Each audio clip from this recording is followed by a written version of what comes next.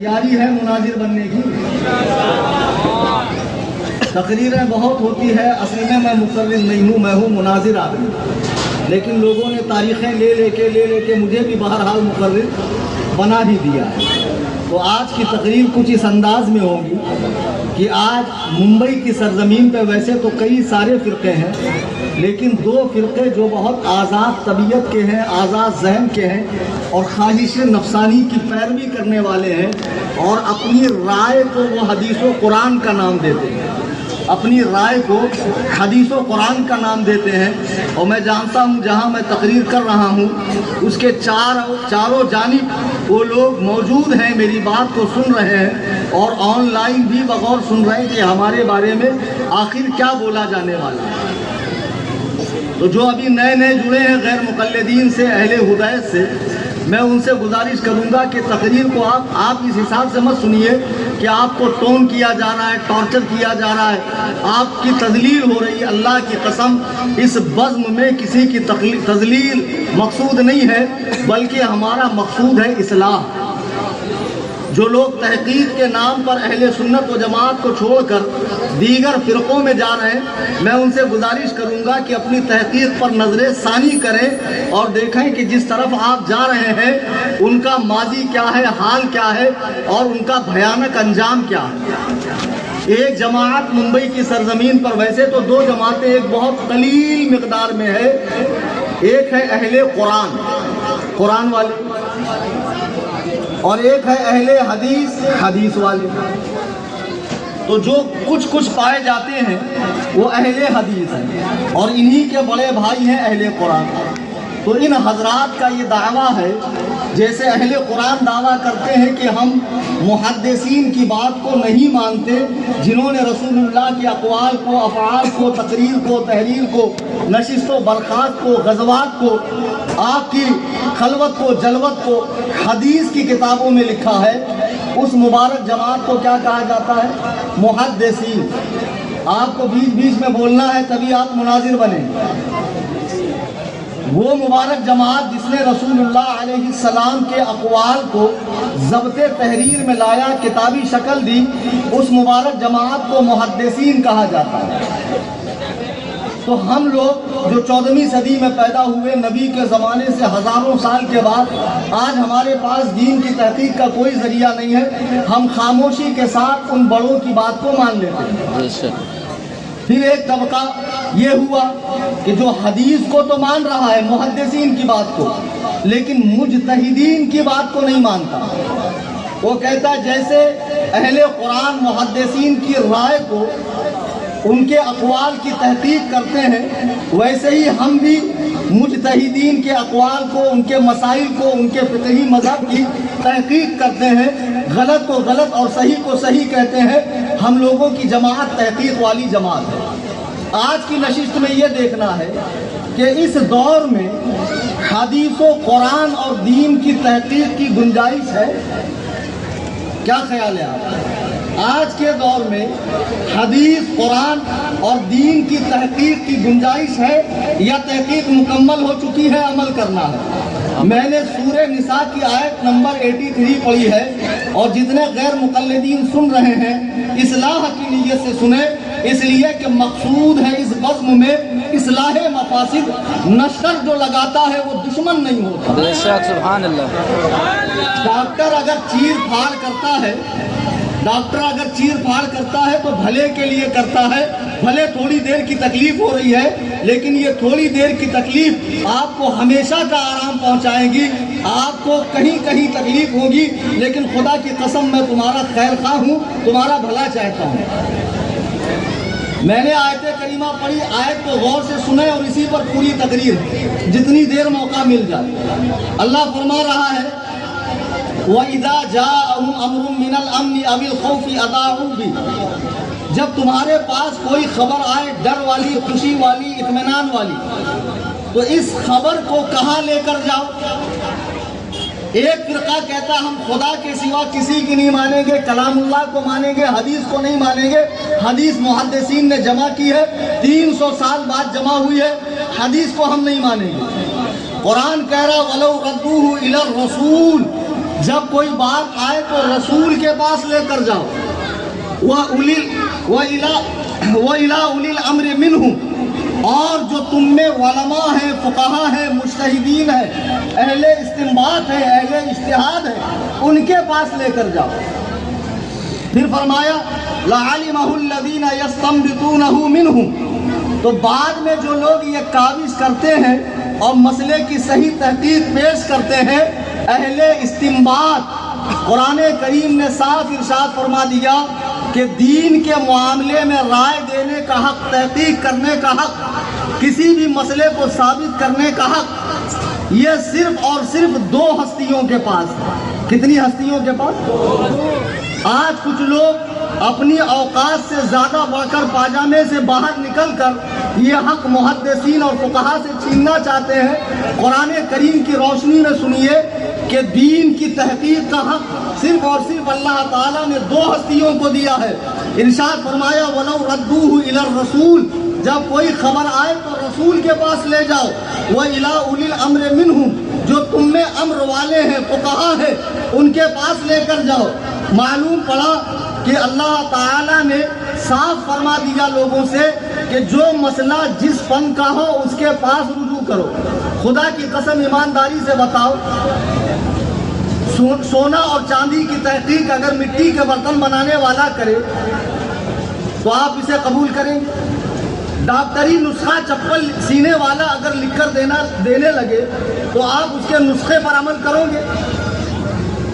اگر عمارت سازی کا کام کوئی مولوی کرے تو آپ کہیں گے حضرت فتویٰ دینا آپ کا کام ہے، دین سکھانا ہے، یہ سارا اسٹیٹمنٹ دینا آپ کا کام نہیں ہے. معلوم پڑا کہ جو مسئلہ جیسا ہوگا اس فیلڈ کے ماہرین سے رجوع کیا جائے گا. ایسے ہی قرآن نے بتایا مسئلہ اگر دین کا ہو تو اہل اجتہاد سے، فقہا سے، ان سے رجوع کرو، نہ اہلوں کے پاس مت جاؤ. درود پاک پڑھے اللہم صلی اللہ.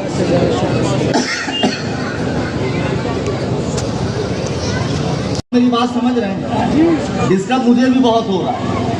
میں نے عرض کیا تھا کہ کسی ہال کا انتظام کیا جائے تاکہ پرسکون ماحول میں بات ہو، لیکن اب یہ عوامی شارع ہے، لوگوں کا آنا جانا لگا رہے گا، تو آپ میری طرف دیکھتے رہیے. اس آیت میں ارشاد فرمایا گیا کہ تحقیق کا حق اللہ تعالیٰ نے دو ہستیوں کو دیا ہے، انبیاء و مرسلین یعنی رسولوں کو، اور ایک مجتہدین کو دیا ہے. وہ اِلیٰ اُولی الْأَمْرِ، وہ اولی الامر کون ہے؟ عبداللہ ابن عباس اپنی تفسیر میں فرماتے ہیں اولی الامر سے مراد علماء ہے، فقہا ہے، یعنی مجتہدین کی جماعت ہے. تو ان دونوں ہستیوں کو دین کی تحقیق کا حق دیا گیا ہے. اب اس میں رسول علیہ السلام جو کچھ ارشاد فرمائیں گے وہ شارع کی حیثیت سے فرمائیں گے، دین نافذ کرنے والے کی حیثیت سے فرمائیں گے، اور مجتہدین جو کچھ فرمائیں گے وہ شارع کی حیثیت سے فرمائیں گے، ماہر قانون کی حیثیت سے فرمائیں گے، اور نبی جو فرمائیں گے وہ قانون ساز کی حیثیت سے فرمائیں گے. آگے ارشاد فرمایا کہ آگے یہ لوگ جو استنباط کر کے مسئلہ بتاتے ہیں، قرآن میں اللہ نے جو ارشاد فرمایا یہ جو استنباط کرتے ہیں لَعَلِمَهُ الَّذِينَ يَسْتَنبِطُونَهُ مِنْهُمْ، تو یہ استنباط کیا ہے؟ آج کل بڑا خوبصورت نعرہ دیا جا رہا ہے، دو ہاتھ ہے، دو چیزیں ہیں، قرآن حدیث. ایک سے قرآن پکڑو، ایک سے حدیث. دو پیر ہے، ایک سے قرآن کی طرف چلو، ایک سے حدیث کی طرف. دو کان ہے، ایک سے قرآن سنو، ایک سے حدیث. دو آنکھیں ہیں، ایک سے قرآن دیکھو، ایک سے حدیث. یعنی لوگوں کو موٹے نفس کا بنا کر ہر کس و ناکس کے ہاتھ میں قرآن و حدیث دے کر کہا جا رہا ہے تم دین کی تحقیق کرو. اللہ کی قسم یہ دین کی تحقیق نہیں ہے، اپنا بیڑا غرق کرنا، اپنی لٹیا ڈبونا. کیا دین کی تحقیق ایسے ٹچے لوگ کریں گے؟ جبکہ قرآن میں سورہ نساء کی آیت نمبر 83 میں اللہ نے صاف فرمایا تم رسول کے پاس جاؤ، تم اولی الامر کے پاس جاؤ، علماء اور فقہا کے پاس. اور بعد میں جو یہ لوگ کوشش کرتے ہیں، استنباط کرتے ہیں. اب استنباط کیا ہے؟ وہ سمجھیے استنباط کہتے ہیں جب سے اللہ تعالیٰ نے زمین کو پیدا فرمایا ہے، اس زمین کی تہوں میں اللہ نے پانی رکھا ہے، پیٹرول رکھا ہے، ڈیزل رکھا ہے، گیس رکھا ہے، یہ سب زمین کے اوپر نہیں ہے، زمین کی تہوں میں۔ تو جو مستری اپنے اوزار کی مدد سے زمین کھودتا ہے اور کنویں سے پانی نکالتا ہے، ایمانداری سے بتاؤ جس نے کنواں کھود کر پانی نکالا کیا اس نے پانی کو پیدا کیا ہے؟ بلا جھجک جہاں ہاں بولنا ہاں بولو، جہاں نہ بولنا وہاں نہ بولنا، تاکہ مجھے بھی لگے کہ آپ میں بیداری ہے۔ جس نے کنواں کھودا اس نے پانی پیدا نہیں کیا ہے، اس نے اپنے اوزار کی مدد سے پانی کو ظاہر کیا ہے۔ تو جیسے پانی ہماری دنیاوی زندگی کے لیے ضروری ہے، وضو کے لیے، غسل کے لیے، نماز کے لیے، کھانے کے لیے، پکانے کے لیے، دھونے کے لیے، درختوں کو دینے کے لیے، ایسے ہی اسلامی زندگی کے لیے فقہ ضروری ہے۔ فقہ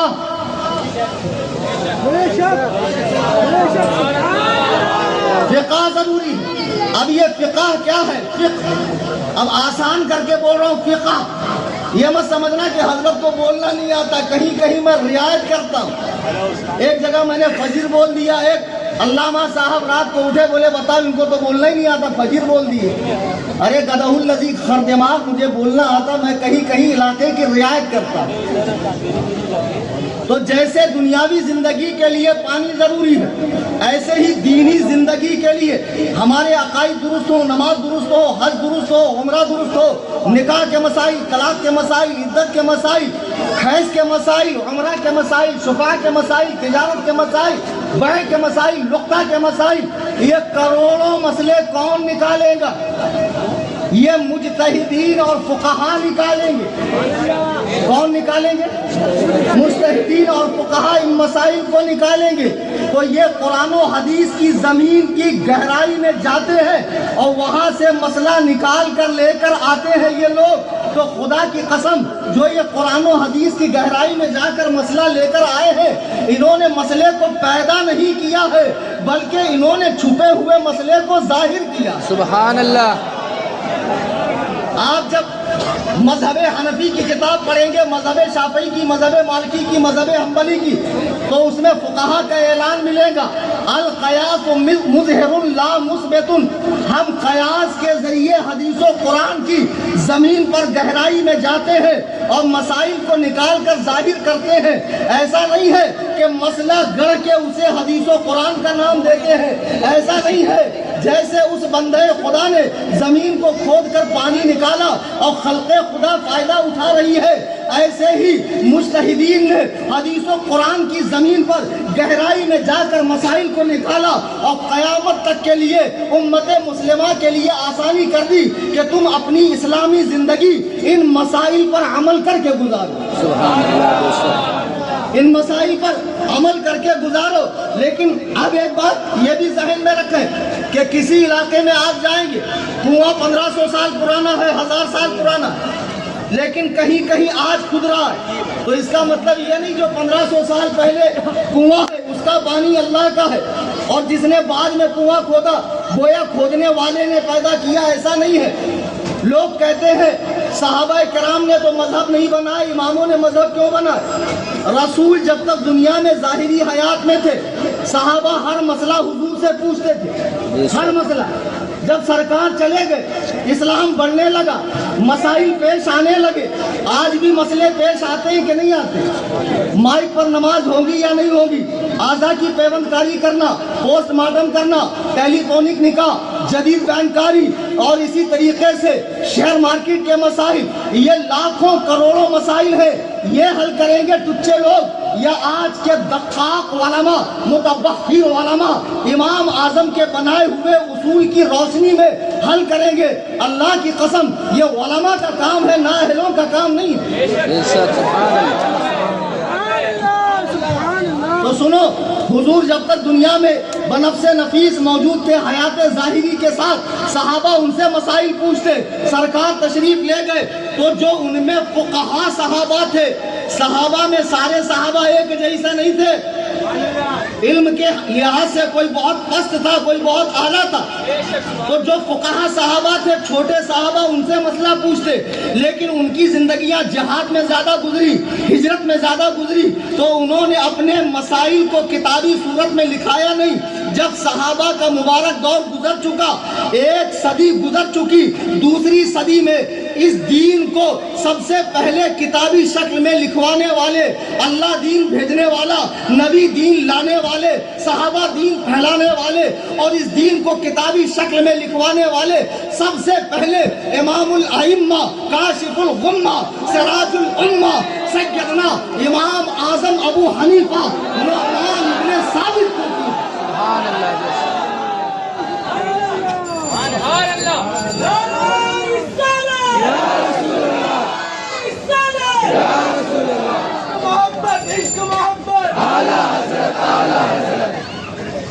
تو آپ سمجھ گئے، قرآن نے کہا جب کوئی مسئلہ پیش آئے رسول کے پاس جاؤ، اہل استنباط کے پاس، مجتہدین کے پاس جاؤ۔ اسی لیے وَرَدُّوهُ إِلَى الرَّسُولِ وَإِلَىٰ أُولِي الْأَمْرِ مِنْهُمْ، قرآن کا ارشاد ہے کہ نہیں ہے کہ فقہا کے پاس جاؤ؟ تو ہم فقہا کے پاس گئے، فقہا نے کیا کیا؟ استنباط کیا۔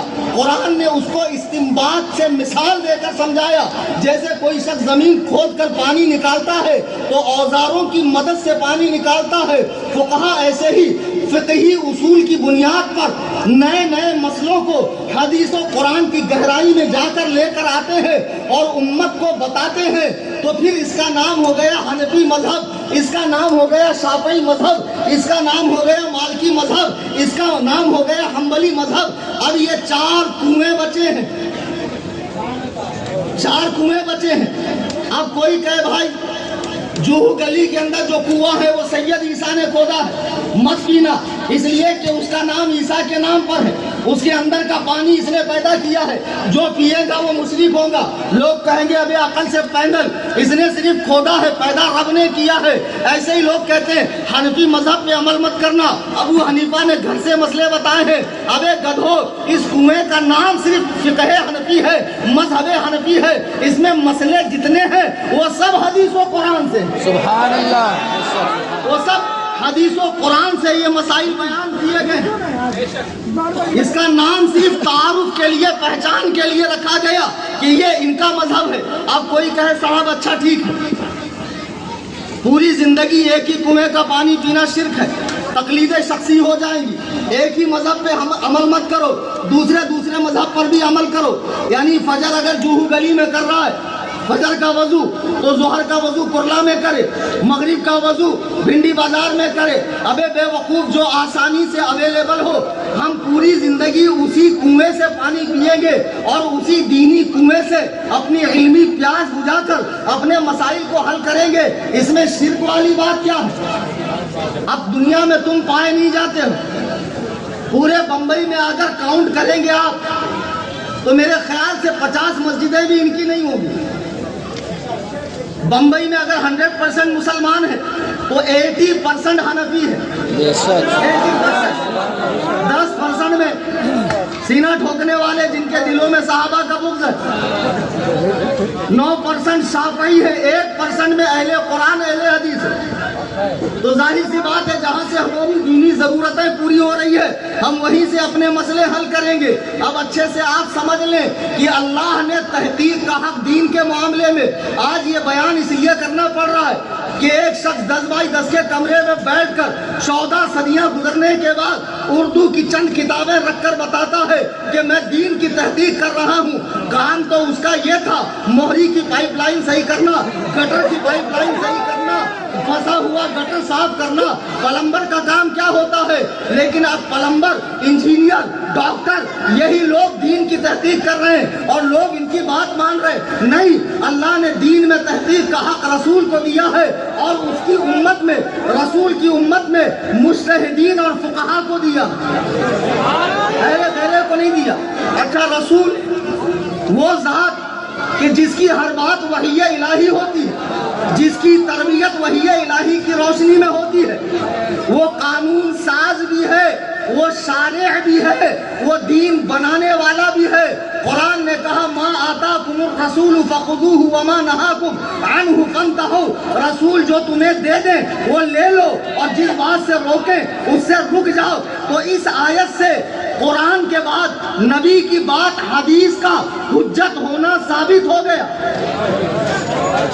لیکن شیطان نے اللہ سے کہا تھا کہ میں تیرے بندوں کو دین پر قائم نہیں رہنے دوں گا، بھڑکاؤں گا۔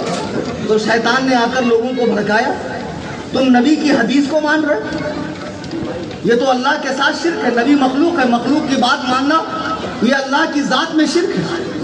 نبی کا کام تھا لا کر دینا، نبی کا کام اتنا جتنا ڈاکیے کا کام ہے، جتنی چٹھی رسا کا کام ہے۔ ہاں، یہ اہل قرآن فرقے کی بولی ہے، اور آج اس فرقے کے لوگ بھی انٹرنیٹ پر موجود ہیں۔ نبی کا کام ڈاکیے کا ہے، لا کر دینا، اور ہمارا کام ہے سمجھنا، پڑھنا، عمل کرنا۔ اب نبی کی بات کو کن لوگوں نے لکھا؟ محدثین نے لکھا۔ حضور علیہ السلام کی بات کو محدثین نے لکھا حدیث کے اندر۔ تو یہ لوگ محدثین کی بات نہیں مانتے، یہ کہتے ہم اہل قرآن، ہمارے پاس اصلی اسلام ہے، اور جو لوگوں کے پاس ہے وہ نقلی اسلام ہے۔ یعنی مسلمانوں کے ساتھ ساتھ یہ نبی والا اسلام بھی نقلی اسلام بتاتے ہیں۔ عجیب بات ہے، پیدا انگریز کے دور میں ہوئے اور قرآن کے مالک بن بیٹھے، قرآن کے مالک بن بیٹھے۔ معاذ اللہ رب العالمین، حدیث کو چھوڑ کر قرآن پہ عمل ہو سکتا ہے؟ یہ لوگ حدیث کو نہیں مانتے ہیں، اہل قرآن، اور آج ان کی بھی انٹرنیٹ پہ اچھی خاصی تعداد ہے۔ چونکہ دین کو شارٹ کٹ کر رہے ہیں، آسان کر رہے ہیں، بہت سارا لالی پاپ دے رہے ہیں آسانی کا، تو لوگ اسی کو مزے سے چوس رہے ہیں کہ زیادہ پابندیاں نہیں ہے، آسانی آسانی ہے۔ بیٹے یہ آسانی قیامت میں تجھے پتہ چلے گی اس کا انجام کتنا بھیانک ہے۔ تو اس ایک فرقے نے حضور کی بات یعنی محدثین کا انکار کیا کہ ہم محدثین کو نہیں مانتے، ہم حدیث کو نہیں مانتے، ہم ڈائریکٹ قرآن کو مانتے ہیں۔ ان سے کہنا قرآن سے ذرا 2 رکعت نماز ہی پڑھ کے دکھا دو۔ جتنے آن لائن سن رہے ہیں اہل قرآن، خدا کی قسم ایڑیاں رگڑ رگڑ کے مر جاؤں گے، بغیر حدیث کے قرآن پہ عمل ہو ہی نہیں سکتا ہے۔ تم اپنا کلمہ قرآن سے ثابت نہیں کر سکتے ہو، نماز تو بہت دور کی بات ہے۔ یہ وہ لوگ ہیں جو اصل میں دین کے دشمن ہیں، انہوں نے اپنا خوبصورت نام رکھ لیا اہل قرآن، قرآن والے۔ نام بڑا اچھا رکھا، پڑھے نہ لکھے نام محمد فاضل۔ پھر ان کے بعد ان کے چھوٹے بھائی آئے اہل حدیث۔ یہ طبقہ کس سے الجھا؟ اہل قرآن کا، محدثین سے۔ دوسرے ان کے آئے، بولے ہم قرآن کے بعد حدیث کو تو مانتے ہیں لیکن فقہ کو نہیں مانتے، فقہ کو نہیں مانتے ہیں، اجماع کو نہیں مانتے، قیاس کو نہیں مانتے۔ تو انہوں نے اپنا نام رکھا اہل حدیث، قرآن والا، حدیث والا، انہوں نے اپنا نام رکھا، اور مجتہدین سے الجھے۔ تو نبی کی حیثیت میں نے بتا دی، نبی قانون ساز ہے، شارع ہے، دین بنانے والا ہے۔ اللہ نے فرمایا وَلَوْ رَدُّوهُ إِلَى الرَّسُولِ، جب کوئی مسئلہ پیش آئے رسول سے پوچھو۔ اب رسول کے بعد فرمایا وَإِلَىٰ أُولِي الْأَمْرِ مِنْهُمْ، امر والوں سے پوچھو، فقہا سے پوچھو۔ مجتہدین یہ قانون ساز نہیں ہوتے ہیں، یہ اللہ و رسول کی جو باتیں ہیں اس کی گہرائی میں جا کر مسائل کا حل نکالتے ہیں، مسائل کا حل نکالتے ہیں۔ نبی معصوم ہے، مجتہدین معصوم نہیں ہیں، معجور ہیں۔ کیا ہے؟ باؤنس تو نہیں جا رہا، میں سمجھ رہا ہوں یاد کر لوں گے تو بہت ساروں کو آپ پٹخنی دے دو گے۔ نبی دین کے معاملے میں ہر مسئلے میں معصوم ہے، ایک لمحے کے لیے اس سے خطا نہیں ہوتی، لیکن قرآن نے اس کے بعد جن کو تحقیق کا حق دیا ہے وہ طبقہ معجور ہے، مطعون نہیں ہے، ان پر طعن نہیں کیا جائے گا۔ معجور یعنی اگر انہوں نے کوئی مسئلہ بیان کیا اور وہ مسئلہ غلط نکل گیا تب بھی انہیں ایک نیکی ہے۔ کس بات کی ایک نیکی؟ کوشش کرنے۔ کس بات کی؟ کوشش کرنے کی، تب بھی انہیں ایک نیکی ملے گی۔ اب دیکھیے اس پر حدیث پاک ہے، مسند امام احمد، جو گوگل کے مقلد ہے حدیث نمبر بہت مانگتے ہیں، مسند امام احمد اٹھا کر دیکھو، حدیث نمبر 17926۔ اللہ کے نبی فرماتے ہیں، حضور فرماتے اذا حکم الحاکم فاجتہد فَأَصَابَ فَلَهُ أَجْرَانِ، اگر مجتہد دین کا مسئلہ بتانے کی کوشش کرے اور صحیح مسئلہ بتائے تو اسے 2 نیکی ہے، ایک مسئلہ صحیح بتانے کی، دوسرا مسئلہ حل کرنے کی کوشش کرنے کی۔ پھر فرمایا وَإِذَا حَكَمَ فَاجْتَهَدَ فَأَخْطَأَ فَلَهُ أَجْرٌ، اگر اس سے غلطی ہو جائے تب بھی اسے 1 نیکی ضرور ملے گی۔ حضور فرما رہے ہیں اسے تب بھی 1 نیکی ضرور ملے گی، چونکہ اس نے کوشش کی ہے تو اللہ نے یہ حق دیا ہے مجتہدین کو۔ لیکن ایک فرقہ اٹھا جو مجتہدین سے یہ حق چھیننا چاہتا ہے، کہتا مجتہدین کی بات ماننے کی کوئی ضرورت نہیں ہے، صرف قرآن مانو، حدیث مانو، جبکہ اللہ کے نبی فرما رہے مجتہد جب دین کے معاملے میں کوشش کرتا ہے، صحیح بات کو پا لیتا ہے تو 2 نیکی ہے، اگر اس سے غلطی بھی ہو جائے تو اسے 1 نیکی ہے۔ لیکن یہ طبقہ مجتہدین سے وہ حق چھین کر خود دین میں تحقیق کرنے کی دعوے داری کر رہا ہے اور اپنا نام رکھ رہا ہے اہل حدیث، لیکن خدا کی قسم جس بنیاد پہ یہ اہل حدیث بنے پھر رہے لونڈے، یہ لفاڑے، یہ کالج کے جن کو کھڑے رہ کر جن کو استنجا کا ڈھنگ نہیں معلوم، مسنون طریقہ نہیں معلوم کہ موسم سرما اور گرما میں کتنے ڈھیلے لیے جاتے ہیں، یہ بڑے بڑے اماموں کی تحقیق پر ہاتھ صاف کر کے کہہ رہا ہے جیسے انہوں نے کہا محدثین کی مت مانو، ویسے یہ کہہ رہا مجتہدین کی مت مانو، ڈائریکٹ حدیث قرآن پڑھ کر تحقیق کرو، اور اپنا نام رکھا اہل حدیث۔ ان گھامڑوں سے ایک بات پوچھو کہ آپ کا نام کیا اہل حدیث ہے؟ پھر یہ کہتے ہیں کہ اماموں نے دین کے 4 ٹکڑے کر دیے، حنفی، شافعی، مالکی، حنبلی، ٹکڑوں میں مت بٹو، وَاعْتَصِمُوا بِحَبْلِ اللَّهِ جَمِيعًا وَلَا تَفَرَّقُوا، اللہ کی رسی کو مضبوطی سے پکڑ کے اہل حدیث بنو۔ تو ان سے پوچھنا بھیا آپ انگریز کے دور میں پیدا ہوئے 150 سال پہلے، اور 150 سال میں کتنے فرقوں میں بٹے معلوم ہے؟ 50 فرقوں میں۔ کتنے؟ میں کون سا اہل حدیث بنوں؟ ابھی میں حیدرآباد گیا مناظرہ کرنے تو جن صاحب سے میرا مناظرہ تھا، اہل حدیث والے دامن جھاڑ رہے نہیں، ہم تو ان کو جانتے ہی، تم لوگ اپڈیٹ ہو نا؟ جی۔ تو اس نے بولا نہیں، میں نے 2018 میں اپنی جماعت بنائی ہے، اس کا میں ذمہ دار ہوں۔ بتاؤ 6 ہی سال ہوئے بیچارے کو پیدا ہو کر اور ہم سے مناظرے کی بات کر رہا تھا، ہم تو پہنچ گئے حیدرآباد چھاتی پہ مونگ ڈلنے کے لیے، باقاعدہ بیٹھے رہے، ڈٹے رہے، مجتہد صاحب تشریف ہی نہیں لائے، ہم نے فون کر کے کہا بتاؤ کہاں آنا ہے، تو اس پر بھی راضی نہیں، بیٹے حنفیوں سے پنگا مت لینا ورنہ تمہاری بخیا ادھیڑ دیں۔ یہ جتنی بقراتی ہے یہ جاہل عوام کے سامنے کرنا، عمل بالقرآن اور عمل بالحدیث کی، تمہاری پوری حقیقت ہم جانتے ہیں۔ انگریزوں کے منحوس قدم ہندوستان میں پڑے اور تب تمہارا وجود ہوا ہے، اور تم خود 50 فرقوں میں بٹے ہو اور تم اپنے آپ کو اہل حدیث بولتے ہو۔ اے جو گلی کے اہل حدیثوں، ایک بات بتاؤ، جب میلاد پر ہم حدیث دیتے ہیں تو تم فوراً کہتے ہو یہ حدیث ضعیف ہے، جب ہم ناک کے نیچے ہاتھ باندھنے پر حدیث دیتے ہیں۔ اچھا ماشاءاللہ بہت زیادہ سمجھ گئے آپ، بتاؤ ابھی تو میں نے کنفرم بھی نہیں کیا مجھے بولنا کیا ہے۔ واہ واہ ماشاءاللہ، اصل میں یہ مقرر کو جوش دلانے کے، ورنہ سمجھے تو یہ بھی نہیں میں آگے کیا بولنے والا۔ تو میں عرض یہ کر رہا تھا کہ جو اہل حدیث بنے پھر رہے ہیں، آپ جب ان کو ناک کے نیچے کی حدیث دکھاؤ تو کیا بولیں گے؟ ضعیف ہے۔ آپ امام کے پیچھے خاموشی سے قرآن سننے کی حدیث دکھاؤ، بولیں گے صحیح نہیں ہے، حسن ہے۔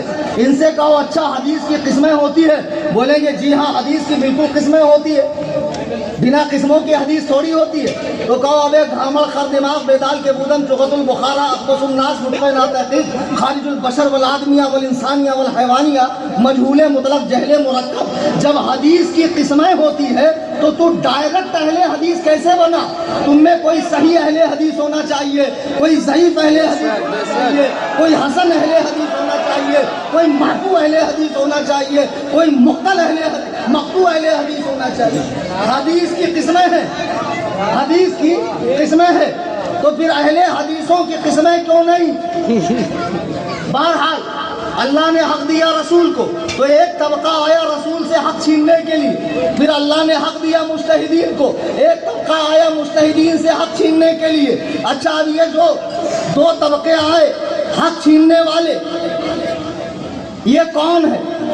صحیح بخاری حدیث نوٹ کر لو 59 نمبر، اور جو نمبر میں بتا رہا ہوں وہ اسلام 360 جہاں سے یہ بیچارے دین سیکھتے ہیں، گوگل کے مقلد۔ اگر 8-10 دن کے لیے انٹرنیٹ سروس بند ہو جائیں گی تو سارے بمبئی کے غیر مقلد یتیم ہو جائیں گے۔ ان کا جو کچھ بھی ہے وہ سارا انٹرنیٹ کے اوپر ٹکا ہوا، ان کا جو کچھ ہے وہ سارا کے سارا انٹرنیٹ پہ ٹکا ہوا ہے۔ اللہ کے نبی علیہ الصلوۃ والسلام سے ایک صحابی نے پوچھا، اے اللہ کے رسول قیامت کب آئیں گی؟ بخاری شریف حدیث نمبر 59۔ ایک صحابی نے پوچھا، اللہ کے رسول قیامت کب آئیں گی؟ تو حضور نے فرمایا جب امانتوں کو ضائع کر دیا جائے۔ تو اس نے کہا یا رسول اللہ امانتوں کے ضائع ہونے کا مطلب کیا ہے؟ سنو، آمنہ کے لال ارشاد فرما رہے ہیں اذا وسد الامر الى غیر اہلہ فانتظر الساعہ، جب کوئی کام جو اچھا ہو نااہل کرنے لگے تو قیامت قریب ہے۔ اللہ کی قسم حضور کے اس ارشاد نے ایسی عالمگیر حقیقت کو کھول دیا جسے ہم ماتھے کی آنکھوں سے دیکھ رہے ہیں۔ یعنی ڈاکٹر کا کام حجام نہیں کر سکتا، حجام کا کام موچی نہیں کر سکتا، موچی کا کام سنار نہیں کر سکتا، سنار کا کام مولوی نہیں کر سکتا۔ یعنی جس کا جو کام ہے وہ کام کرے۔ اب جب نااہل اس طرح دین میں تحقیق کرنے لگیں گے تو حضور فرماتے ہیں قیامت کا انتظار کرو کہ قیامت قریب ہے۔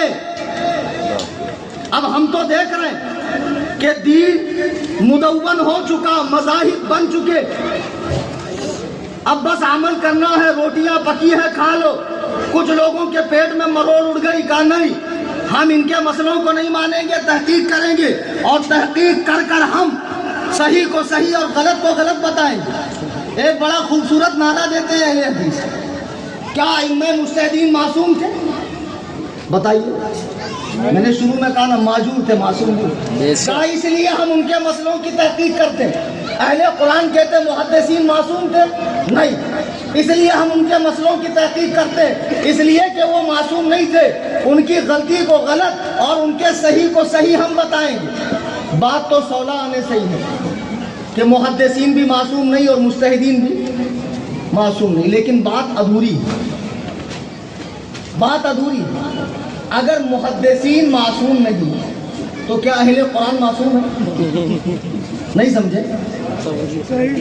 اگر مجتہدین امام اعظم ابو حنیفہ معصوم نہیں تو کیا یہ بمبئی کا لونڈا لفاڑا جس کو اردو تک لکھنی نہیں آتی ہے، میرے گھر کے وائی فائی میں لکھا تھا سنی لائن پڑھ رہا گدہ الذی سنی لے ہوں، بتاؤ جس کو پڑھنا نہیں آتا ہے، یہ بے وقوف وہ 1400 سال پرانی ہستیوں سے لڑ رہا ہے، کہتا وہ معصوم نہیں۔ ابے وہ معصوم نہیں ہے تو تو کون سا معصوم ہے؟ لڑائی معصوم غیر معصوم کی نہیں ہے، اچھے سے سمجھو، لڑائی معصوم غیر معصوم کی نہیں ہے۔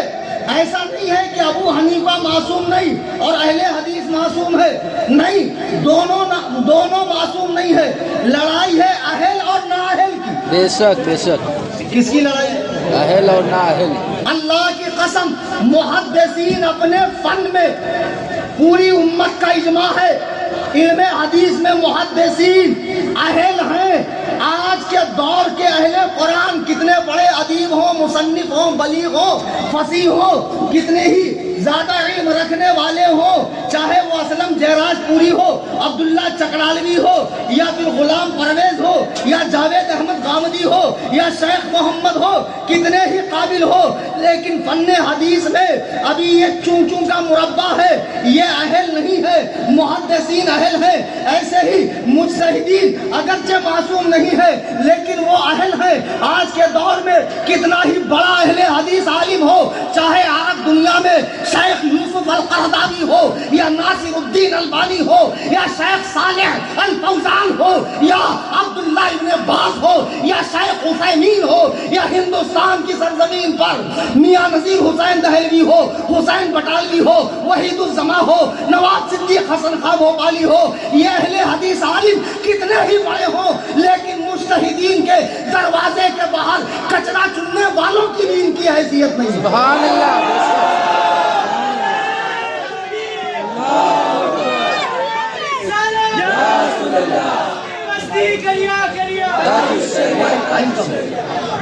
جوہو گلی کے اہل حدیثوں پہچان لو، کلیم حنفی رضوی۔ سبحان اللہ۔ 15 منٹ کے ڈسٹنس پہ رہتا ہوں، 15 منٹ کے ڈسٹنس پہ، جانے کے بعد مناظرہ آئے تو بلا لینا۔ سبحان اللہ۔ Most welcome four. ہاں نعرے مت لگا بھائی، ٹائم بہت کم ہے۔ خدا کی قسم، اب یہ جو نااہل کوشش کر رہے ہیں دین میں تحقیق کی، اللہ کے نبی فرماتے ہیں، حضور کا ارشاد ہے ترمذی شریف میں کہ جس شخص نے قرآن میں اپنی رائے لگائی وہ اپنا ٹھکانہ دوزخ بنا لے۔ پھر حضور نے فرمایا جس نے قرآن میں اپنی رائے لگائی اگر وہ درست بات کو پا بھی لے گا، نااہل ہے تو درست بات کو پا لے گا تب بھی وہ گنہگار ہے، اگر مجتہد سے خطا ہو جائے تب بھی اسے سوا۔ 4 مذہب ہیں، سب کے طریقے الگ الگ ہیں، چاروں مجتہد مطلق ہیں، چاروں کے مقلدین کو ان کے مذہب پر عمل کرنے کا ثواب ملے گا۔ آج کے دور میں دین کی تحقیق نہیں ہو سکتی ہے، جو یہ نااہلوں کا گروہ دین کی تحقیق کے نام پر گندگی کرتا پھر رہا ہے، خدا کی قسم یہ گندگی برداشت نہیں ہے۔ حضرت ابو ہریرہ کہتے ہیں اللہ کے نبی نے ارشاد فرمایا 3 چیزیں نجات دینے والی ہیں، 3 چیزیں ہلاک کرنے والی ہیں۔ مشکات کی حدیث ہے، حضور نے فرمایا کھلے اور چھپے ہر حال میں اللہ سے ڈرنا، خوشی ہو یا ناراضگی ہر حال میں حق بات کہنا، امیری ہو یا فقیری ہر حال میں میانہ روی اختیار کرنا۔ پھر حضور نے فرمایا 3 چیزیں برباد کرنے والی ہے، ایک اپنی خواہش نفس پر چلنا، اپنی خواہش نفس سے چلنا، کنجوسی کرنا اور اپنی رائے پر اترانا، اور سب سے زیادہ خطرناک اپنی رائے پہ اترانا ہے۔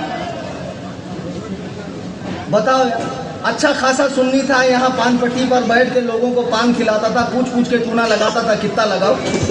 سعودیہ جا کر بہت بڑا عیلامہ بن گیا، یہ بھاپک ہوا تھا، یہ ماتھے پر شامی کباب، وہاں سے تشریف لایا اتنے بڑے فیٹر علوم کے ساتھ، ہم نے سعودیہ میں نہیں دیکھا۔ اچھا تو سعودیہ 1,24,000 کم و بیش نبی میں سے کسی نبی کا نام ہے کہ اللہ کی جانب سے اتری ہوئی کسی کتاب کا نام ہے، یا چاروں مذاہب میں سے کسی مذہب کا نام ہے؟ کیا ہے وہ سعودیہ؟ ہم نے سعودیہ میں نہیں دیکھا۔ اور یہ گھامر تحقیق کر رہا ہے کہ ابو حنیفہ نے فلاں مسئلہ ایسا بتایا، فلاں مسئلہ ایسا بتایا۔ جوہو گلی کے غیر مقلدوں ایک مناظرہ ہو ہی جائے، اینی ٹائم تیاری رہتا ہوں میں مناظرے کے لیے، اتنا زیادہ مناظرہ آتا کبھی کبھی میں سوچتا ہوں یار جلدی نکل جائے تو اچھا، نکلتا ہی نہیں، لوگ آتے ہی نہیں، بلا لیتے۔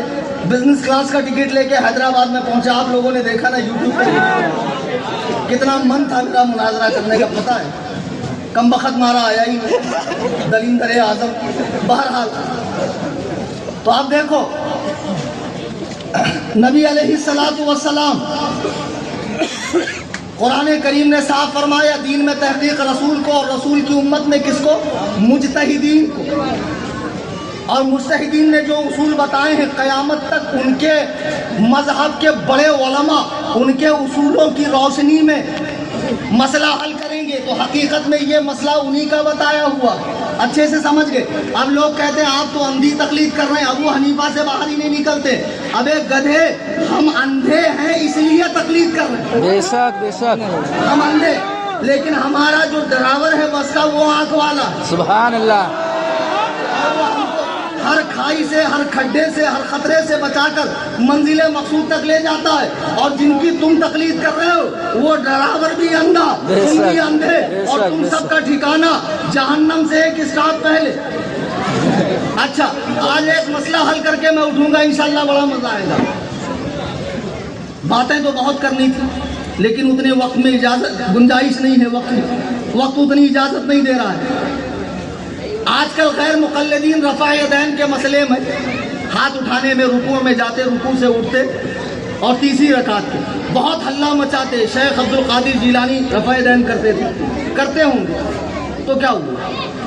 شیخ عبد القادر جیلانی غوث پاک رفع یدین کرتے تھے تو کرتے ہوں گے، وہ حنبلی ہیں، ہم ان کے مرید ہیں، مقلد نہیں ہیں۔ ہم ان کے کون ہیں؟ مرید، مقلد نہیں ہیں۔ ہمارے امام شریعت امام اعظم سبحان اللہ، ان سے بھی 500 سال پہلے کے، ہم نے ابو حنیفہ کو امام شریعت بنایا ہے۔ اب بہت ہلہ ہوتا ہے کہ رفع یدین پر اتنی حدیثیں ہیں، 400 حدیثیں، 1200 حدیثیں، 1300 حدیثیں۔ میرا اعلان سن لو، مولانا عارف مصباحی کی موجودگی میں اور دیگر مفتی عرفان سبحانی، مولانا توکل اور بھی علماء کی موجودگی میں، رفع یدین کرنے کی ایک بھی ایسی حدیث نہیں ہے جس میں اضطراب نہ ہو، ایک بھی حدیث نہیں۔ اگر غیر مقلد ایک حدیث لا کر دے رفع یدین کی جو صحیح، صریح، مرفوع اور غیر معارض ہو، اللہ کی قسم اس کے وزن کے برابر میں اسے سعودی ریال دوں گا، اور ٹائم قیامت کی صبح تک ہے۔ میں نہیں رہا کسی حنفی عالم کے پاس لے کر آنا رفع یدین منسوخ ہے، منسوخ ہے۔ آئیے قرآن کریم 18واں پارہ نوٹ کر لو، سورہ مومنون کی آیت نمبر 1-2، قد افلح المؤمنون الذین هم فی صلاتهم خاشعون۔ اللہ فرما رہا ہے کہ کامیابی کو پہنچے وہ مومنین جو اپنی نمازوں میں خشوع اختیار کرتے ہیں۔ اس آیت کی تفسیر حضرت عبداللہ ابن عباس جو حضور کی زوجہ حضرت میمونہ کے بھانجے ہیں، ایک مرتبہ سرکار گھر سے باہر نکلے، دیکھا پانی رکھا ہے وضو کے لیے، پوچھا کس نے رکھا؟ ام المومنین حضرت میمونہ نے کہا میرے بھانجے ابن عباس نے رکھا۔ اللہ کے نبی نے دعا دی، اللہم فقہہ فی الدین وعلمہ التاویل، اے اللہ ابن عباس کو قرآن کا علم عطا فرما، دین کی سمجھ عطا فرما اور تفسیر کا علم عطا فرما۔ بتاؤ نبی کی دعا رد ہو سکتی ہے؟ نہیں ہو سکتی۔ سرکار نے ابن عباس کو دعا دی۔ ابن عباس کا لقب ہے حبر الامہ، ترجمان القرآن، قرآن کی تفسیر انہوں نے لکھی ہے، تفسیر ابن عباس، جس کا صفحہ 212 ہے۔ وہ اس آیت کے بارے میں لکھتے ہیں، مخبتون متواضعون لا یلتفتون یمینا ولا شمالا ولا یرفعون ایدیہم فی الصلاۃ، کہ خاشعون سے مراد وہ ہے، یہ ہے کہ لوگ ہلے نہیں، ڈلے نہیں، لوگ چی بچی نہ ہو اور نماز میں رفع یدین نہ کریں۔ سبحان اللہ، یہ لوگ قرآن کی تفسیر سے ثابت۔ حضرت امام حسن بصری رحمہ اللہ حضرت علی کے صحابی ہیں، صحبت میں رہنے والے اور افضل التابعین ان کا لقب ہے۔ تفسیر سمرقندی جلد 2 صفحہ 208 پر فرماتے ہیں، خاشعون الذین لا یرفعون ایدیہم فی الصلاۃ الا فی التکبیرۃ الاولی، کی آیت میں جو فرمایا گیا خاشعون، اس سے مراد وہ ہے جو نماز میں پہلی تکبیر کے علاوہ رفع یدین نہیں کرتے۔ سبحان اللہ، رفع یدین 2 ہیں، کتنے؟ ایک مسلم، ایک متنازع۔ مسلم یعنی جب نماز شروع کرتے ہیں تو حنفی ہو، شافعی ہو، مالکی ہو، حنبلی ہو، شیعہ ہو، اہل حدیث ہو، دیوبندی ہو، بریلوی ہو، تمام کے نزدیک پہلا رفع یدین یہی سنت ہے۔ اس کے بعد رکوع میں جاتے، رکوع سے اٹھتے یا پھر تیسری رکعت کے لیے اٹھتے ہوئے، یہ رفع یدین منسوخ ہو چکا ہے، یہ رفع یدین منسوخ ہو چکا ہے۔ اب اس کے حوالے سے آپ دلائل دیکھیں، بخاری کا بہت نام لیتے ہیں بھائی لوگ، یہ اور بات ہے کہ ان کو بخاری کا پورا نام نہیں آتا۔ حدیث نمبر 828 لے لو، حضرت ابو حمید ساعدی ایک صحابی ہیں، کہتے ہیں صحابہ کرام بیٹھے ہوئے تھے، حضور کی نماز کا ذکر ہوا تو میں نے کہا میں تم سب میں سب سے زیادہ حضور کی نماز جانتا ہوں۔ حدیث نمبر 828، صحابی ابو حمید ساعدی کھڑے ہوئے کہ حضور کو میں نے کس طرح نماز پڑھتے دیکھا، تو فرماتے ہیں آپ کھڑے ہوئے، کہا دیکھو حضور نے اللہ اکبر کہہ کر ہاتھ باندھا، کندھے پر کندھے تک ہاتھ کر کے اللہ اکبر کہہ کر ہاتھ باندھا. پھر آپ جب رکوع میں گئے تو آپ نے گھٹنے کو پوری مضبوطی سے پکڑا. پھر جب آپ کھڑے ہوئے تو آپ کے جوڑ سیدھے ہو گئے. پھر سجدے میں جانے کے بعد ہاتھ کو اپنی حالت پہ رکھا. پھر پہلے قعدہ میں الٹے پیر پر بیٹھ کر سیدھے پیر کو کھڑا کیا اور پیر کی انگلی قبلے کی طرف کی, اور آخری قاعدے میں الٹے پیر کو آگے کر کے سرین کے بل بیٹھ گئے. دیکھو حضرت ابو حمید ساعدی نے حضور کی پوری نماز پڑھ کر بتا دی. رفع یدین کب کیا نہیں بتایا ہے بخاری کے اندر. او بخاری والو, بہت بخاری کی دھول دیتے ہو. اب اور آئیے, ابو داؤد شریف سیاہ ستہ میں سے ایک کتاب ہے. حضرت برا بن عازب کی روایت ہے ان رسول اللہ صلی اللہ علیہ وسلم کان اذا افتتح الصلاة رفع یدیہ الی قریب من اذنیہ ثم لا یعود. اللہ کے حبیب جب نماز شروع کرتے تو اپنے دونوں ہاتھوں کو کان کی لو تک لاتے اور پھر دوبارہ نہیں اٹھاتے.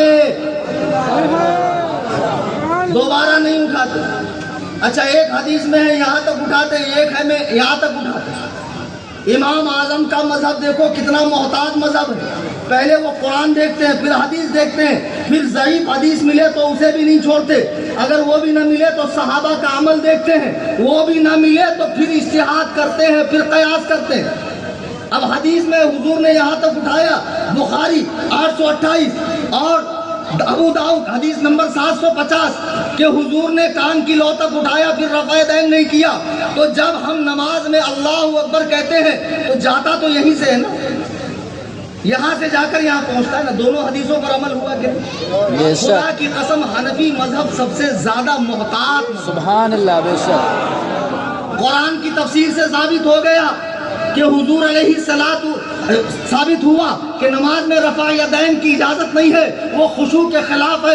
ابو حمید ساعدی نے نماز پڑھ کر بتائی, رفع یدین کا ذکر نہیں کیا. حضرت برا بن عازب نے ابو داؤد کی حدیث نمبر 750 حضور کے عمل بتایا کہ حضور دوبارہ نماز میں ہاتھ نہیں اٹھاتے. اب سنیے, عبداللہ ابن مسعود وہ صحابی ہیں جو ہجری 6 میں اسلام لے کر آئے. معذرت کے ساتھ, عبداللہ مسعود وہ صحابی ہیں جو 6 نمبر کے مسلمان ہیں, مکے میں اسلام لے کر آئے. کتنے نمبر کے مسلمان؟ ہجرت سے پہلے کے مسلمان. تمام غزوات میں شرکت کی, غزوہ بدر میں بھی آپ شریک ہوئے. حضور کے صف اول کے نمازی ہے عبداللہ ابن عباس, عبداللہ ابن مسعود صف اول کے نمازی. حضرت عمر نے جب انہیں کوفہ بھیجا, عمار بن یاسر اور عبداللہ ابن مسعود کو, تو کوفہ والوں کو کہا میں رسول اللہ کے کبار صحابہ کو تمہارے پاس بھیج رہا ہوں, ان کی بات ماننا, ان کی پیروی کرنا. حضرت عمر فرما رہے ہیں عبداللہ ابن مسعود کبار صحابہ میں سے ہیں. سرکار نے 4 صحابہ سے قرآن سیکھنے کا حکم دیا, ان میں ایک نام عبداللہ ابن مسعود کا بھی ہے. اب آئیے ترمذی شریف حدیث نمبر 257, حضرت عبداللہ ابن عباس فرماتے ہیں, حضرت عبداللہ ابن مسعود فرماتے ہیں الا اصلی بکم صلاۃ رسول اللہ صلی اللہ علیہ وسلم, کیا میں تمہیں حضور کی طرح نماز پڑھ کر نہ بتاؤں جس طرح حضور پڑھتے تھے. پھر فصلى فلم يرفع يديه الا في اول مرہ, کہ آپ نے نماز شروع کی اور ایک ہی مرتبہ ہاتھ اٹھایا. بار بار ہاتھ اٹھانے والوں, نماز کی حالت میں بار بار ہاتھ اٹھانے والوں, تم کہتے ہو حنفیوں کے پاس دلیل نہیں ہے, تو دلیل بیچارے یہ اسٹور چلانے والے سے, وہ بھٹیار خانہ چلانے والے سے پوچھے گا تو کیسے ملے گی؟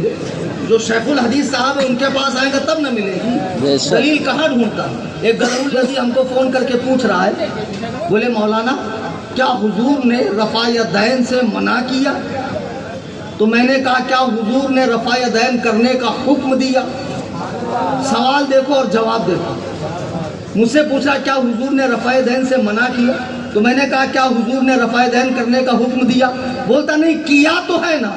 تو میں نے کہا کیا تو ہے نا کا جواب ہے چھوڑا تو ہے نا. کیا ہے نا کا جواب کیا ہوتا ہے؟ لیکن حضور نے منع بھی فرمایا. یہ تو عبداللہ ابن عباس ہے. اور سنو امام ترمذی فرما رہے ہیں قال ابو عیسیٰ حدیث ابن مسعود حدیث حسن, یہ حدیث حسن ہے. امام ترمذی کا حسن صحیح ہوتا ہے، اور پھر فرماتے ہیں بہت سے اہل علم صحابہ اور تابعین کا اس پر عمل ہے۔ آپ نے تفسیر سنا، آپ نے بخاری کی حدیث سنی، آپ نے ابو داؤد کی حدیث سنی، اب سنیے صحیح مسلم کی حدیث۔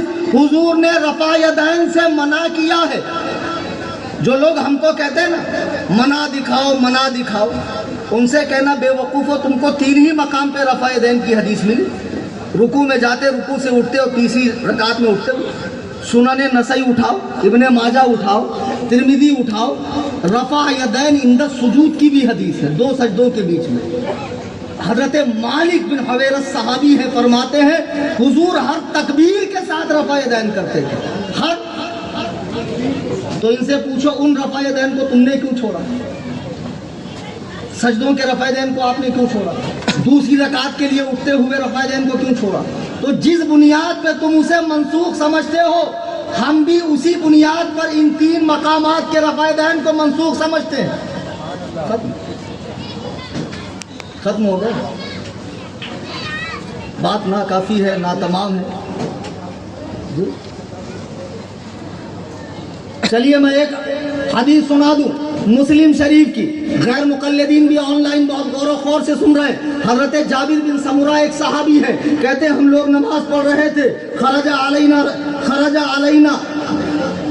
رسول اللہ صلی اللہ علیہ وسلم مالی اراکم رافعی ایدی کانہا اذناب خیل شمس، کہ ہم لوگ نماز پڑھ رہے تھے تو حضور نے ہمیں رفع یدین کرتے دیکھا، تو فرمایا میں تمہیں بدکے ہوئے گھوڑے جیسے وہ دم ہلاتے ہیں ایسے بار بار ہاتھ اٹھاتے کیوں دیکھ رہا ہوں؟